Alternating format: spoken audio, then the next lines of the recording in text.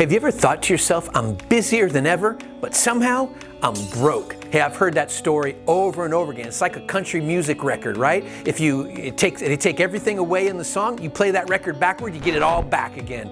And interesting enough, the biggest problem is when contractors are going through that feeling, they're trying to figure it out. They got vendors calling, they got, a little bit of money in the bank, credit cards are maxed out, and they're going, what the heck is going on? How am I gonna fix this problem? What am I gonna do? And then all of a sudden, you're trying to negotiate with contractors and with suppliers and trying to bring the price down because you know that you're bleeding cash. The problem is not that you're not working hard enough. That's not it at all. The problem is, and think about this, most contractors don't wake up in the morning and go, you know what, I really think that the problem is I don't know how to estimate the job properly, or maybe I need to gain some skill in estimation. But in actuality, that is the cure to the problem, okay? And here's the crazy thing. Most contractors fail and or go bankrupt because they don't know how to estimate their jobs or bid them properly. They think, oh, well, I got this, I know the square footage. I can do a house for such and such square foot, or I can do this for that. That's the lazy way of doing it. And most contractors who do it that way are not making a lot of money. Are you tired of not making a lot of money?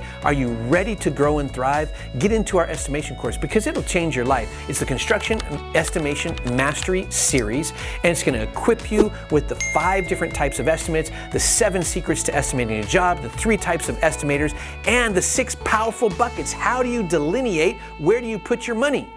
But wait a minute, I'm not talking to a contractor who doesn't even do their bookkeeping, do I? Well, let's remedy that as well. If you begin to know your numbers, your business will thrive. So let's get to know those numbers. I can't wait to hang out with you. Let's do this. Talk to you later.